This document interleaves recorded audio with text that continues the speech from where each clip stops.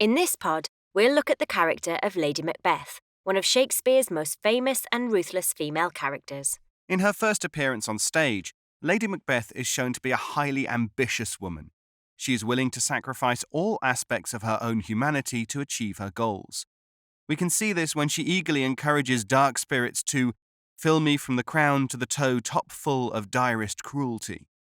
In fact, when Macbeth seems hesitant to kill the king, she says, I have given suck and know how tender 'tis to love the babe that milks me. I would, while it was smiling in my face, have plucked my nipple from his boneless gums and dashed the brains out, had I so sworn as you have done to this. Here, Lady Macbeth is saying that she has nursed a child and knows what it is to love one.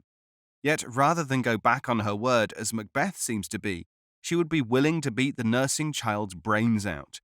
This is a gory and cruel statement that shows how ruthlessly she pursues the crown. Lady Macbeth has a huge influence over her husband, and she knows it. After she reads his letter, she is eager for Macbeth to get home, that I may pour my spirits in thine ear. She knows she can manipulate him and get him to do exactly as she wants. This gives her an unusually equal position in the relationship. Macbeth refers to her as his partner in greatness. It is unlikely without Lady Macbeth's involvement that Macbeth would ever have become king. The first time we see Macbeth and his lady together on stage in Act 1, Scene 5, she seems to do most of the talking.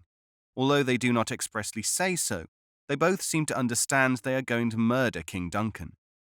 Lady Macbeth warns her husband to look like the innocent flower but be the serpent under it. She challenges his masculinity when he seems to have doubts, saying, "When you durst do it, then you are a man." This makes Macbeth feel like he is not manly unless he performs the murder. Lady Macbeth is calculating and intelligent. She is the one who creates the murder plot and alibis. She is also willing to perform the darkest deeds to ensure the pair's success. For example, when Macbeth is too traumatized to plant the murder weapons on the guards, framing them in the process, Lady Macbeth offers to do it. She instructs Macbeth to return to his room and put on his nightgown so that they do not raise suspicion. Lady Macbeth's character may have been used by Shakespeare to undermine Macbeth's own ideas that undaunted metal should compose nothing but males. She is certainly braver and stronger than he is. However, like the witches, she relies upon manipulation and persuasion in order to achieve her own goals. At one point, she even wishes she were a man.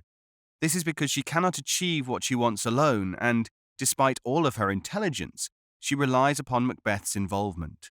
Lady Macbeth is consistently portrayed as an unnatural woman by the standards of Elizabethan England. She is childless, she is ambitious, and she breaks the rule of hospitality by murdering her guests. Hospitality was very important to the Elizabethans. Killing Duncan as he slept would be perceived as a cruel and honourless crime. In the end, much like Macbeth, Lady Macbeth is punished for her ruthlessness. Though she is initially steadfast and even able to calm her husband's nerves, she becomes increasingly guilt-ridden and nervous throughout the play. By the play's close, madness has overtaken her. She sleepwalks through the castle, desperately and repetitively attempting to wash away invisible bloodstains from her hands. In Act 5, Scene 5, Lady Macbeth dies. Though we do not know for sure what happened, we are simply told there is a cry within of women from the stage directions. We can assume she has either committed suicide or died from illness relating to her guilt and sleepwalking.